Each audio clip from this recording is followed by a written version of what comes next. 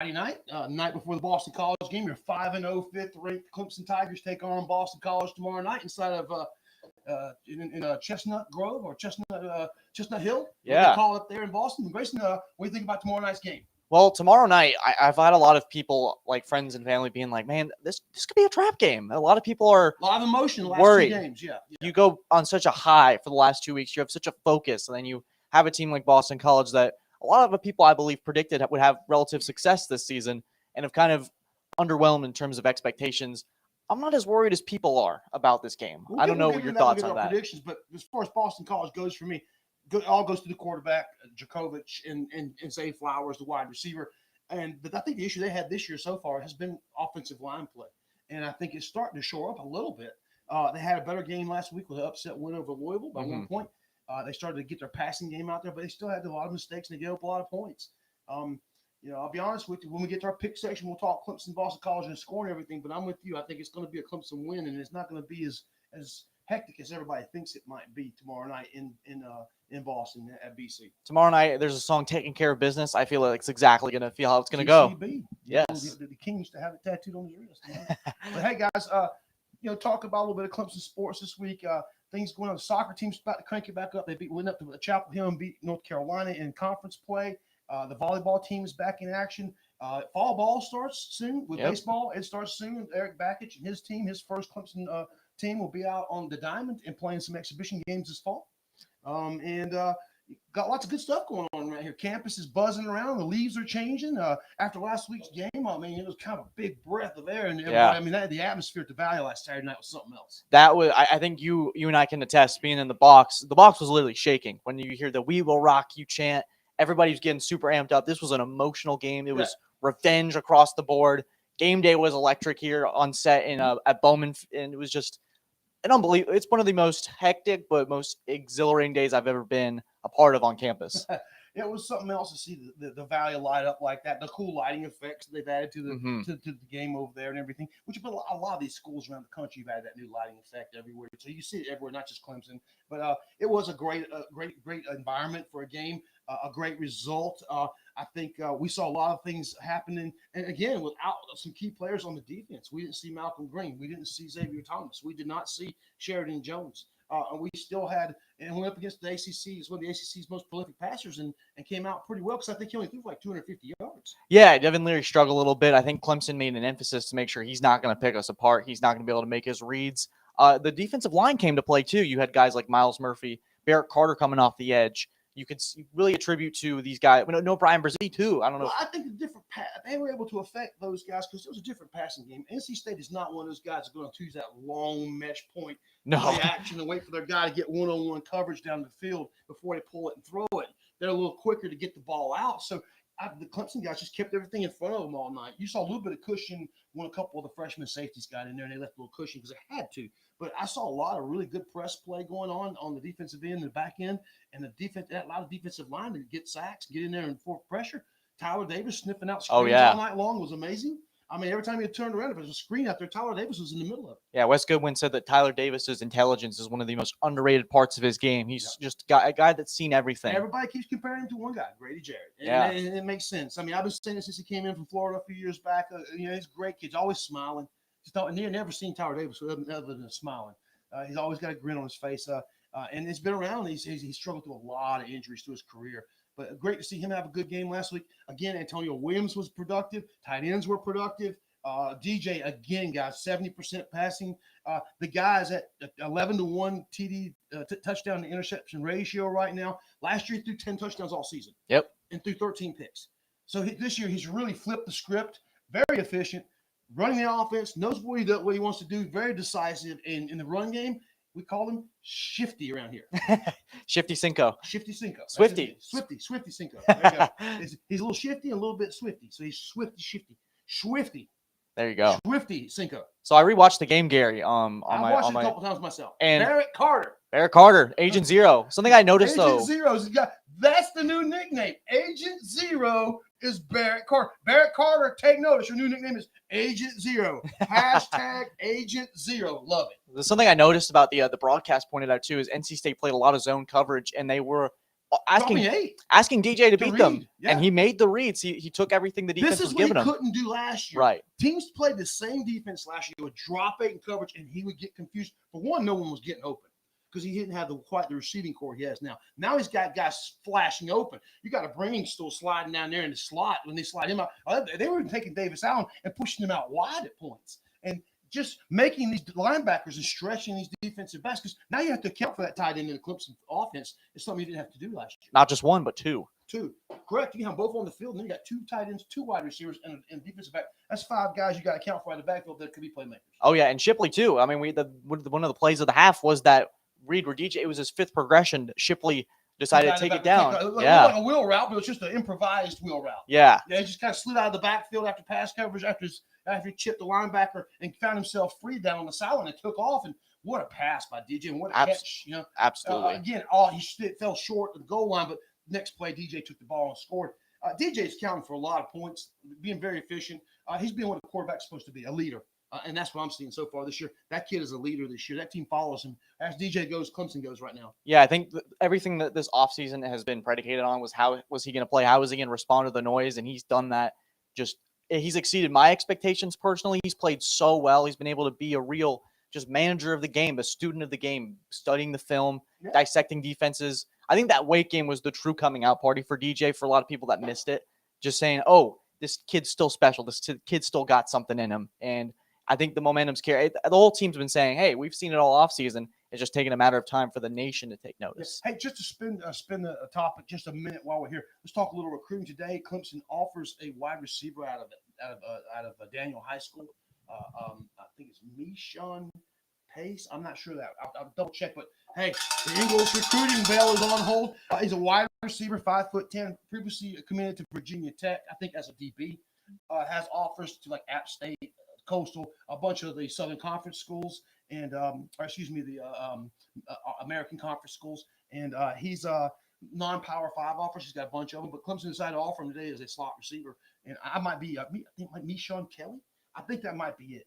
I'll have to double check, guys. But I'm supposed to go out to Daniel right when we get done here and go watch him play in the second half tonight and from the sidelines and give a little bit of analysis. There you go. See what I think of him. But I tell you, lots. I called today and spoke to a couple of folks close to the Daniel program. Told me this guy's a sleeper, and I bet Clemson's going to really get a really good football player out of this guy if he decides to commit. And he's like 10 minutes away from campus, so it's like you're I think plucking him. It doesn't make a sense that he just decommitted yesterday. Clemson offers today, so I got a feeling he's going to be committing over the weekend or really soon. Yeah, based on what you've told me, it sounds like Clemson's probably the best of the offers that he had. I would take. I mean, well, yeah, that at the same time, he could be blown up right now. But the problem with South Carolina, people always ask me about South Carolina recruiting. Why don't these kids get seen more? Why don't they get talked about more? Why don't they get more press with their numbers?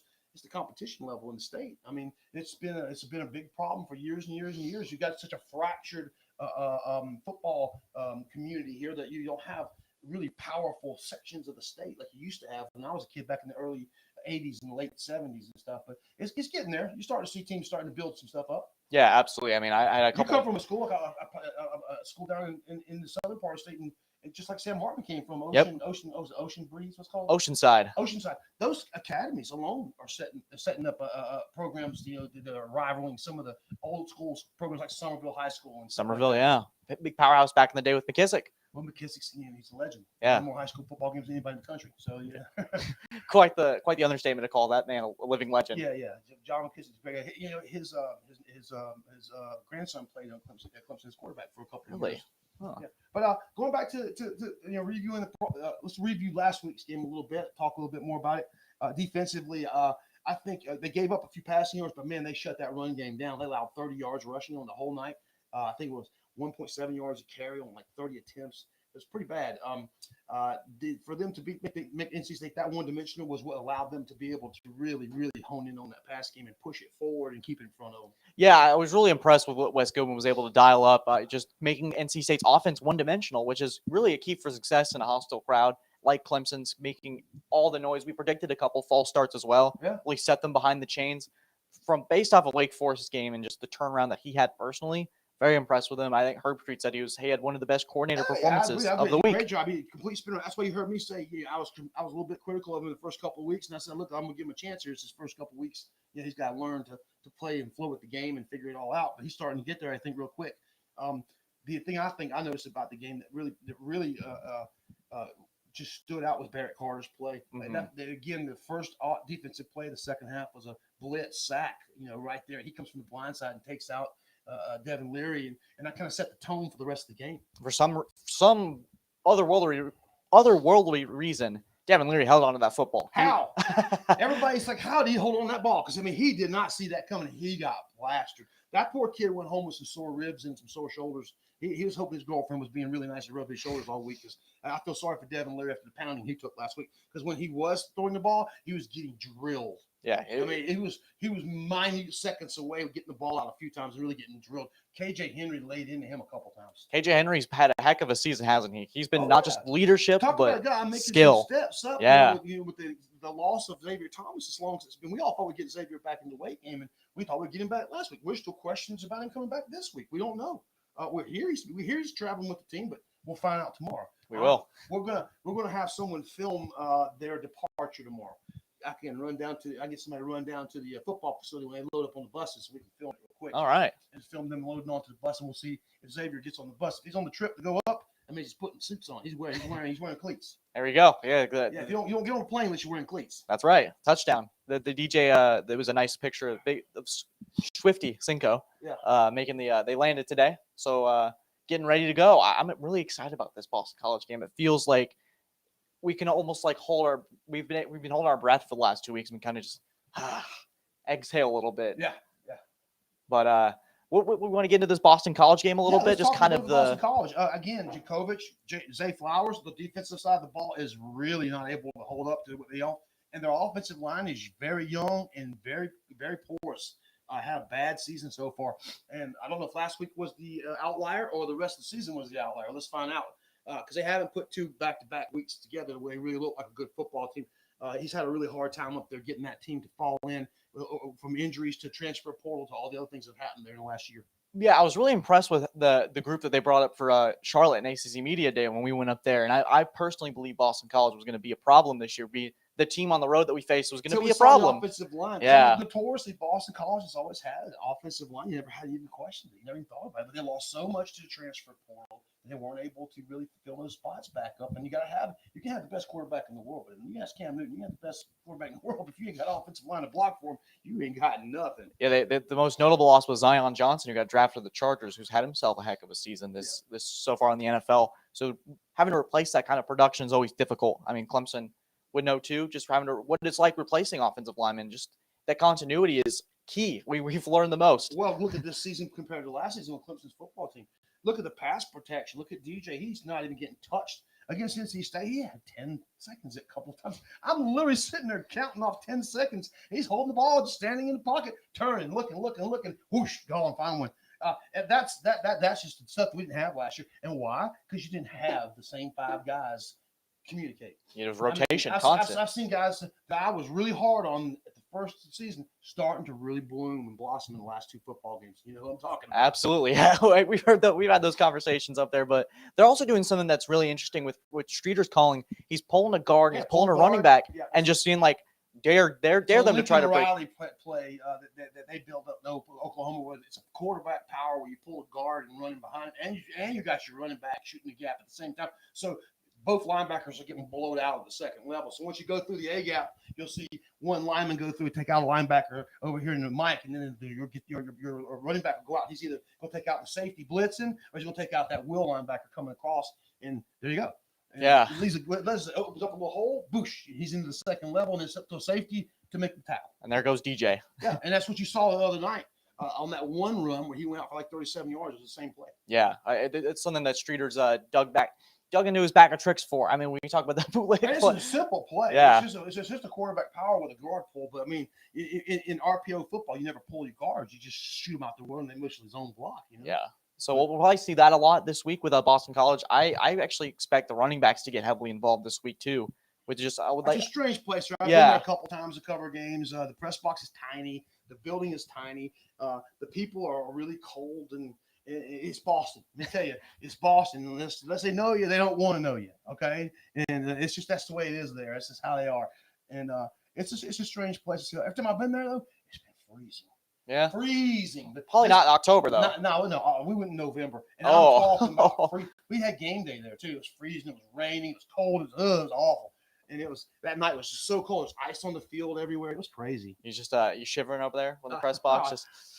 I'll be honest with you. Tomorrow, I'm going to be in the studio here at CSN watching and covering the game and shooting stuff out. I'll be glad that I'm not in Boston this week. But me and Grayson are going to be chucking ourselves down to Tallahassee next week. So get ready. FSU. We'll be at FSU for the Tallahassee game next week. And then the next one after that, so me and we're going to be taking ourselves up to South Bend and Notre Dame to cover that game too. Yeah. Oh, Gary, I can't tell you how excited I am for that one. Well, I've been there, never in the press box. This will be my first trip in the press box there. Interesting. I've been there a couple times. Actually, when I was in the music industry, I did a couple concerts there in their arena. Really? Oh, yeah. Huh. Matter of fact, the scene in Rudy where Rudy finds out he's on the team. Yeah. Really, Coach? I'm on the team? that door they're standing about, that's the load-in door for the arena. Really? It goes right into the arena, and if you go to the right there, it goes to the locker rooms. That's so cool. So they use the same locker rooms that they have in the arena for the football team. It's all built into one old school-ass, really old school football / basketball facility all in one. Learn something new every day. Yeah.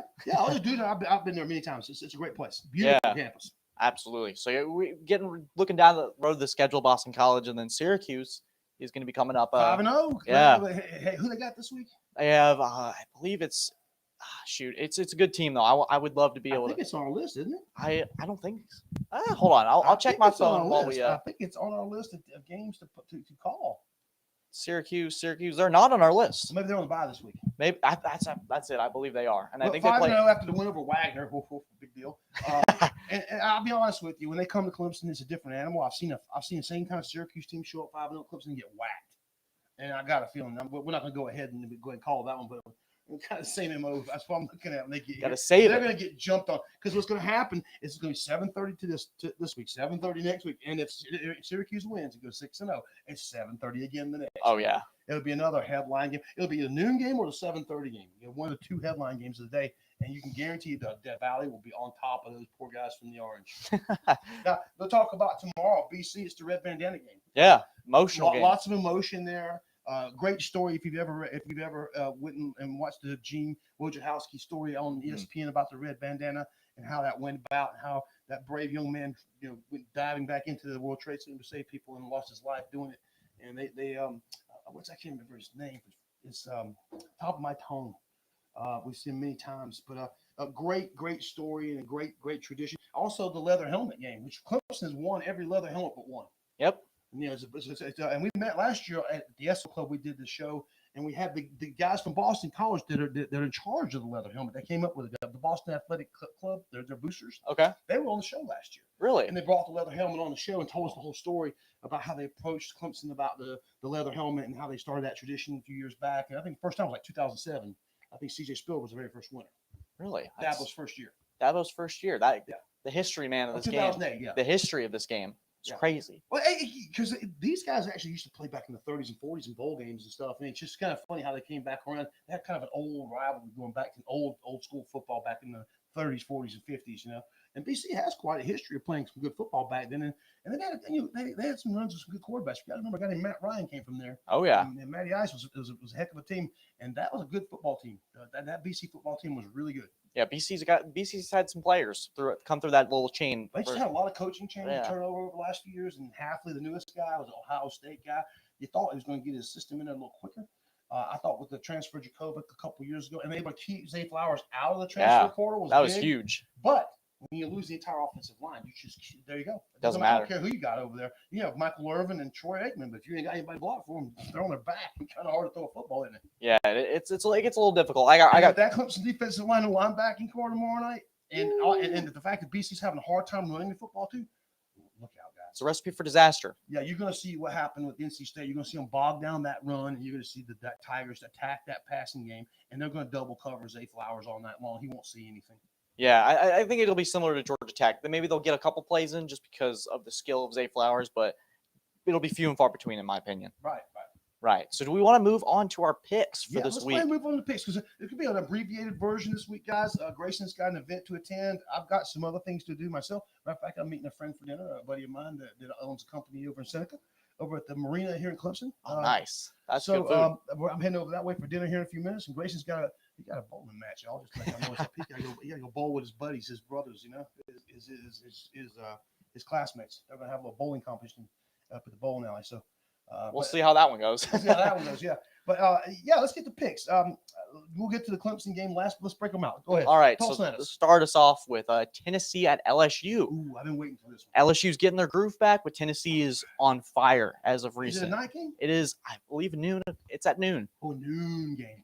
In LSU, still a tough place to play, and if great place to play. But I'm gonna be honest with you, a noon game at LSU changes the whole thing. If it would have been a night game, I would have picked LSU. But I'm gonna go with Tennessee in a squeaker. I'm gonna go with Tennessee too. I'm gonna get them to win by 10. I think it'll be close, but I think it'll be a squeaker. 3 really points or less. Okay. Yeah, I think both teams will play their hearts out, but I just don't think that the edge that Death Valley, faux Death Valley is. To LSU is not the advantage it is at 12 o'clock noon as it is at 7:30 at night after those Cajuns have sat around drinking all day. Okay, so that's right. Different kind of atmosphere going to be in there at 12 o'clock, and I think that's the advantage that they lose, but that home advantage goes away. Yeah. Okay. Next game, college game day at Kansas. TCU comes to town after whooping Lawrence, Kansas. Been on there Oklahoma. Too, guys. You talk about flat and boring.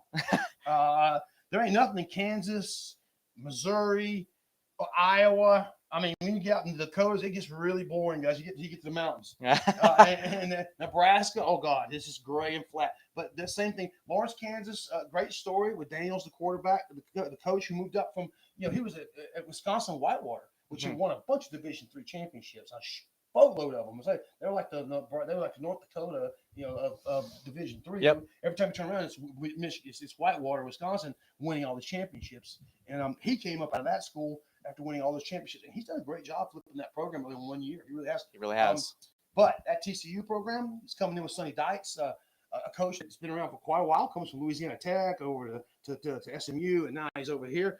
Runs that air raid offense. You saw what they did to Oklahoma last week. I want to go TCU. Sorry, folks. Jay Daniels is all a good story, nice story, and everything. They're going to get run over tomorrow. You know what, Gary? This is where we split apart. This story isn't over just yet in Kansas. They're getting run over tomorrow by about at least 10 points, if not 14-21. I'm calling it now. I'm riding the Kansas bandwagon. The fun is just getting started there. Hey, you got the bandwagon for sure. What's next up on the Red River Showdown? Quinn Ewers is back for Texas and Oklahoma. It's not even close to the old Red River Showdown. They used to play this at the Cotton Bowl in Dallas, right there on the fairgrounds. And it was 50-50 split down the middle. I've been to the old Cotton Bowl in that place. Big Tex, the big old giant Texan cowboy that's up on. They have him up on the ground there, who actually burned up a few years ago.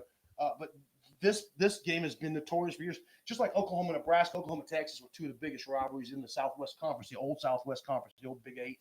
I'd be honest with you, Brent Venables has got a lot on his plate right now. That football team, everybody saw last week what they really are, and that's a team that's just kind of a skeleton of what it was. And they're trying to piece it all together with little plug-ins. Yeah. And I don't think they've had enough time to gel it all together between all the coaching changes and all the new personnel, So I'm looking for Texas to pull this one off and win by like 3 points. I'm going to take Texas as well. I think Quinn Ewers is going to have a game. I think it's a 3-point game. Yeah. I think it's a tight game, a 3-point game, because I think Texas and other teams having problems right now. Seeing their personnel doesn't actually match up as well as everybody else thought they would. Yeah. Another game with the Clemson coach, Louisville at Virginia. This is an important game for Tony Elliott here. Did you see Tony Elliott this week on the ACC network? Did you see him talking about his team? I did not. Oh, God, he brought the wood. He let his team know out there in public he was not happy with that, the locker room atmosphere, the way they carried themselves on the field during warmups. He said he was upset with his team, the whole thing. He said he has not yet found this team a team. He said they're a bunch of individuals. He called them out for being individuals. That does not set well for me. They're going anywhere. It's at Virginia. It's Louisville coming to town. Louisville coming to town. I'm gonna take Louisville. That doesn't smell like. I think the team rallies around at home, around coach, and I think you can get a Virginia win. Yeah, I'm gonna go the opposite. So me and you are about opposites today. Cool. We're duking it out here. It out. Utah at UCLA is our next game. UCLA has been on fire, man. On fire. DTR is one of the most electric quarterbacks in this yeah, and country. When I first saw him, he just didn't impress me. Just one of those guys. It just seems to me like he was just all about himself. Lazy. Didn't put the effort in, but now you see the effort. I mean, wow, the athleticism just stands out and flies out right off the screen at you about this guy. It looks like. But here's the thing, man. I've watched a couple other games this year, and there's nobody there. Where is everybody? It's Los Angeles, the biggest city in the country, and there's nobody there for a team that's undefeated. Nobody there. It's just it's crazy to think about. There's just like and Utah, I saw from the beginning of the year with the Florida game. They should have won that game. They should have. And I've seen them since. I'm gonna go Utah. I'm gonna go UCLA. We're gonna keep Utah splitting on this. I'm gonna go deep and say I like it. I like it. The yin versus the yang. Oil in the water. South Carolina at Kentucky. This one easy. 8 out of 9. Kentucky takes this one. The running back Rodriguez runs all over South Carolina. The quarterback looks like a Heisman winner by the time it's all over with. It's 35-10. Yeah, something like that. Say Gamecocks just don't have it together this year. I don't see it. Sorry, Gamecocks. I know you're all my friends. I love all you folks. You're good people. Nothing wrong with that. But it's just another Gamecock year. Sorry. I got Kentucky. This one's not going to be pretty tomorrow. But this could be an interesting one. BYU at Notre Dame. That's an interesting one. I don't know if I'm buying BYU just yet. I think Notre Dame's starting to turn the corner. So I'm going to go Notre Dame in this one by about 7 points. But BYU can sneak up and bite you in the butt. I don't care what year it is. Yeah, BYU's always been able to have a really good football program. They've established some consistency there. But give me Notre Dame. Top programs have gotten good over the years. I mean, I remember when Utah State was a bottom dweller. BYU was the only school in that state. And then you had Utah and those guys. Now everybody's popping up out of Utah. Yeah, how about that? Now, this one is going to be interesting. It's Texas A&M and Alabama, but Bryce Young, I don't believe is playing. I don't care if Bryce Young's playing or not, and neither is Max Johnson. Just so you know, he's got broke hands out for the season. So boom, game over at Texas A&M already. Because with Max Johnson, they've been lucky to score 17 points. Yeah, I'm gonna go Alabama, 21-point win. Yeah, I was gonna go Alabama, but it's gonna be a little closer if Bryce Young doesn't play. But I don't care who plays. It's gonna be a blowout. It's gonna be a blowout. Texas A&M cannot score. A bloodbath. Yeah. All right. Yeah, and on top of that, you got last year's loss at Texas A&M. Yeah, and the Jimbo. The beef going between Jimbo and Saban over the NIL. So, I mean, there's going to be a couple touchdowns late in the game that shouldn't have been scored. Get ready. You think it'll be ugly? I think it'll be ugly. I think that 50-yard line meeting at the end of the game ain't going to be pretty. There's not going to be a handshake. There's going to be a look at Here's the real question, Gary. Do they shake hands at the end of the game? We'll see. We'll see. I'll be honest with you. I don't think Saban's going to have no problem if his offensive coordinator decides to dial up a couple play-action passes with a 21-point lead in the fourth quarter with 3 minutes left. There you go. Next final game, FSU at NC State. This is Great a big one. Game. Yeah, it's a big one. Great. Yeah, but for FSU, we'll see if they're for real now. Yeah, we will. This will be the game because, I mean, they tried to play with Wake Forest. Wake Forest had them pretty much the whole game, I thought. Wake Forest controlled that game. FSU is, one thing about FSU, they're number one in the country in big plays. They have 38 big plays over 20 yards. They're number one in the country with that stat. That's something I did not know. That's something I did not know either. I continue to learn. Just watch my Twitter feed, son. Hey, just watch the Twitter feed. It's down there. That Clemson Sports News Twitter feed after a game. Watch it. All the knowledge comes out, folks. All the knowledge comes out. We break out everything. You know how every stat you can think of will pop off in that Twitter feed. Oh, goodness. All right, I'm going to take NC State. I think Florida State's improved this year, but they're not just quite there. All right, now Clemson, Boston College, folks. Here we go. I'm going to turn it to you. You're going first this time. Okay, I got Clemson 35-10 against BC. I think it'll be business as usual for the Tigers. And guess what? We got the exact same score. So we end the night agreeing on the game that matters, folks. 35-10 Clemson. I think the same thing you do. I think Clemson goes in there. I think BC, again, will play just like it did last week. I told you going in last week, it was going to be close at halftime, didn't it? Yeah. And it was. And then I said, it'll come out in the second half and put 2 or 3 touchdowns together, and that was it, right? Same thing this week, folks. We'll be close at halftime, be 14-10, 17-10. Everybody in Clemson Nation will be on Twitter complaining, wanting to kill themselves and have a heart attack. And then all of a sudden, the second half comes out, boom. 21 points, and the Tigers win 35-10. There you go. You heard it here first. It might be on your prediction article coming out pretty soon. That comes out in the morning, guys. There you go. 7:30 game, we hold the article till Saturday morning. Prediction article on ClemsonSportsNews.com comes out Saturday morning. Be sure to look for it. There you go. And by the way, newest sponsors, cigars. I'm telling you, man, if you like cigars, Tobacco Plus, our newest sponsor, is out there. You got to go see them, okay? What's this? Let me kill that. And Tobacco Plus over there, and then there's Boots and Sonny's, probably the best hot dog in the state of South Carolina. I gotta get one. There's a 60-year-old business over at Spartanburg. They've been there forever, and we visited a couple other locations over at Spartanburg. They're probably going to step on board next week. They're pretty well known over there too, folks. Get ready. Spartanburg is becoming a big part of the Clemson Sports News, thanks to Josh.